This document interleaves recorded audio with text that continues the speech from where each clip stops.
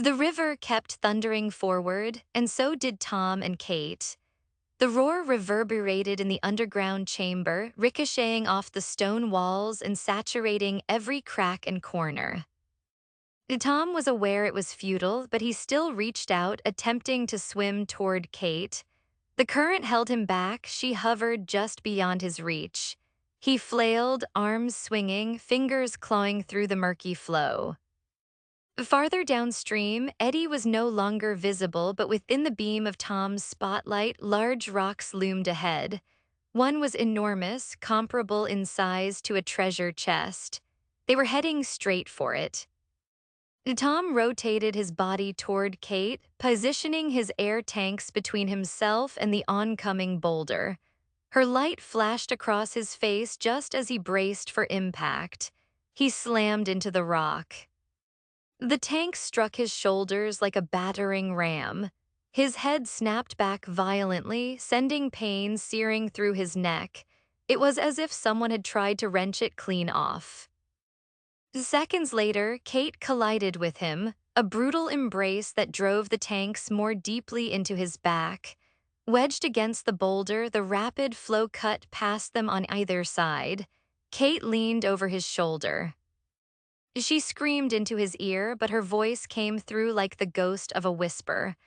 Another rock is downstream. It's closer to the edge. We might be able to crawl out if we can get to it. Tom nodded weakly, signaling his understanding. But he was pinned in, breathless, the rock on one side and Kate on the other squeezing the air from his lungs. He tried to push himself free but couldn't budge. To move, he had to get rid of his crushed tanks. He began unzipping his buoyancy vest, but Kate grabbed his hand. "No, they're useless," Tom mumbled, though he wasn't sure she could hear. The roar drowned even his own voice, and he still couldn't breathe. He shook his head, forced her hand away, and opened the vest. One by one, he slipped out his arms and rolled off the stone. The current grabbed them once more, hurling them downstream. This time, Kate's tanks would take the brunt of the next collision. Tom reached behind her head, hoping to soften the inevitable blow. She struck the second rock hard, and the impact of Tom's chest against hers knocked the air from her lungs in a loud gasp. Tom yelled in her ear, "Ditch the tanks." Kate nodded through ragged breaths and swiftly wriggled out of her vest. A narrow rush of water, only a foot wide, separated them from the shoreline. It was enough to trap a body and crush it. Now it was Tom's turn to launch her from the rock. Exhausted and bruised, he pivoted toward the edge, dragging Kate free of the boulder and flinging her onto the dry ground. Using Tom as leverage, she crawled onto the bank. Once there, she mouthed something to him, but he couldn't make out the words, only the movement of her lips beneath the glare of her flashlight. Tom shook his head and lunged toward her waiting arms. With unexpected strength, Kate seized him, pulling his torso from the water while Tom scrambled his legs up onto solid ground. He collapsed beside her face to face. They lay still, aching, spent, and grateful to be alive. After a moment, as his lungs filled with air again, Tom said, "We need to find Eddie." Kate responded affirmatively. Tom reached out and peeled back her dry suit's hood, wanting to see her hair, to really see her. In response, she drew back his hood as well. Though pain throbbed in every part of his body, he kissed her forehead and helped her to her feet. Step by step, they hobbled along the riverbank, surveying the terrain. Tom swept his beam across the cavern and understood. It was vast. Ahead in the distance, Tom spotted Eddie sprawled face down on the riverbank, arms out of his dry suit, which had been peeled to his waist. Clearly, Eddie had ditched his air tanks as well. Now, with no oxygen left and only one possible direction, they had no choice but to move forward. Tom hurried over to him and flipped him onto his back. The first thing that struck Tom was the look in Eddie's wide, alert eyes. Then he noticed the handgun holstered beneath Eddie's arm. Their eyes locked once more, they understood. At once, each lunged for the weapon, but Eddie was quicker, whipping it out with practiced speed. As Eddie got to his feet, Tom found himself staring down the muzzle of the pistol and instinctively retreated toward Kate. Despite everything they'd endured together, Tom still struggled to accept the truth. His longtime friend had turned against him. "Looks like it's time to stop pretending," Eddie said through clenched teeth, grimacing and holding his ribs. "I hate that it ended like this." "Not half as much as I do," Tom answered. "Move."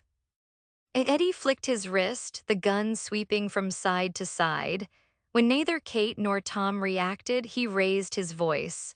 Now, as they complied, passing by Eddie to let him trail behind, Tom subtly nudged Kate with his elbow, shifting her ahead so he stood between her and the weapon. "Take it easy," Tom said, glancing back. "No need to get twitchy with that trigger. I'm after treasure, Tom, that's it. I've got no desire to harm you or Kate, but I will if necessary." Eddie paused as they gained a lead of several steps. "I know all about the tomb you found. Kate already told us everything, so needless to say, I'll recognize when we're near." They proceeded forward. Kate's pace was hesitant and Tom's slower still, his gait marked by a slight limp.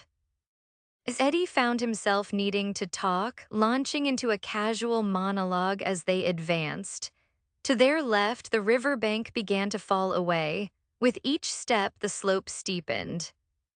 When Tom glanced downward, he noted that the water now ran at least 30 feet below their path. Then the river vanished, not in the literal sense. Shining his flashlight downward, he saw that the water had disappeared into a crevice in the cliffside. Eddie commented, "This has got to be close to Atahualpa's gold chamber." "If the river stops here, even just symbolically, do you even know what a metaphor is?" Tom asked. Though unsure himself, he knew Kate wouldn't be. She responded by rolling her eyes. "Shut up, you Texas idiot." Tom grinned knowingly. He was stalling, trying to divert Eddie's attention. The three of them climbed the incline, veering left where the center of the river vanished into the underground. From their position, they had a clear view of the rushing stream diving underneath the rock. Eddie peered over the edge and gave a low whistle. "This is the first point the river ends, so to speak, and we still have a dry path forward." "Maybe it's nothing, but maybe it means something." "Then what's stopping us?" Tom scowled. "Fair." Eddie gestured with his weapon. "Move, my employer will be thrilled when she lays hands on that gold, and I'll walk away with a handsome payday." He chuckled. "You never should have ditched me, Tom. We made a good team. Lucky for me, these 5 years with Corina Blackstone have treated me well. You went all tender for a woman." He made a mocking noise with his tongue on the roof of his mouth. Tom said nothing but exchanged a look with Kate. "He doesn't know everything," she muttered through clenched teeth. "He's clueless." Tom mulled her words, then understanding flared in his eyes. The inscription on the tomb. The warning meant for anyone chasing the treasure. The trouble was they still hadn't found the true start of the gold room, but it had to be nearby. Tom's flashlight struck something in the distance, bouncing off a surface with a golden sheen. "I think I see the treasure," he said. "We've arrived." Bait in the trap. Eddie barged forward between them, pushing ahead. The path grew narrower, funneling them into a confined space. Ahead, heaps of gold gleamed in the center of a vast chamber. Eddie was helpless to resist. The treasure's allure gripped him. He had the bug. Tom and Kate stopped dead at the passage entrance. A lever embedded in the rocky ceiling of the chamber shifted with a stone-on-stone click, just as Eddie dashed toward the room. This was immediately followed by the sharp hiss of a blade tearing through the air. Eddie recognized his blunder mere moments too late. A dark shape plunged downward from above, and the sight hit Tom with a wave of sudden guilt. He sprang into action, lunging to snatch his longtime friend away from a deadly fate, but managed only to brush his arm. What followed could no longer be prevented. Kate's breath was stolen as the blade sliced downward, severing Eddie's head in one swift motion. His body remained upright for a moment before the detached head tumbled from his neck and landed with a dull thud behind him. A torrent of blood surged from the open wound, soaking the collar of his shirt. Moments later, his now-dead form lurched forward, setting off a pair of traps. Blades whistled through the air before freezing mid-motion in the center of the passage. Kate stood spellbound, her feet rooted to the stone-littered ground. Her pulse pounded loud in her ears and her chest tightened as she struggled for air. She had anticipated something terrible might happen to Eddie. In fact, it had been necessary. And though she'd accepted the risk, witnessing it unfold with such brutal certainty left her wordless. Tom stood frozen, wide-eyed, arms still stretched toward where Eddie had just stood, his gaze locking with hers. "There could be more traps," she said quietly. "This might sound cruel, maybe even monstrous, but I've thought of a way to activate them and keep our heads," Tom concluded for her. "I think we're thinking alike." His eyes, glazed, drifted from the corpse back to Kate, his expression disturbingly reminiscent of someone contemplating something depraved. "It's grotesque," Kate admitted, "but under these conditions." He stumbled toward Eddie's remains, propped the body upright, nudged it ahead, then shoved it farther into the tunnel. The headless form sprawled forward, landing hard against the rocky ground. Moments later, two more blades swept down, slicing only air, missing their intended prey. Once their arc finished, the sharpened metal suspended above Eddie's frame along extended shafts. "That'll work," Tom murmured. Hoisting the body again to reuse for triggering further traps, Kate felt an intense urgency to escape the confines of her dry suit. Claustrophobia prickled over her limbs. She had to be rid of the clinging material.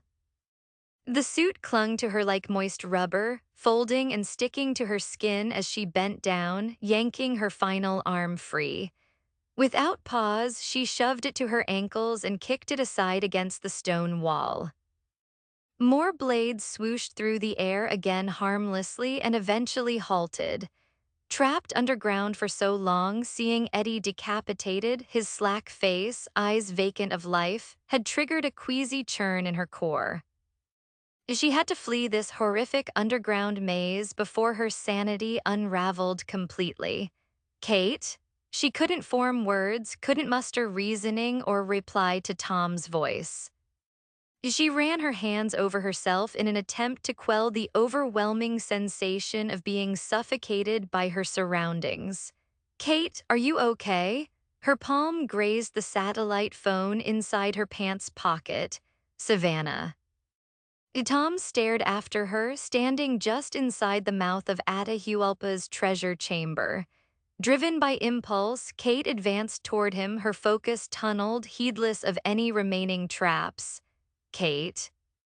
Avoiding his eyes, she shouldered past him, through the rows of statues, miniature effigies, golden ceramics, every item the Incas had hidden away centuries before.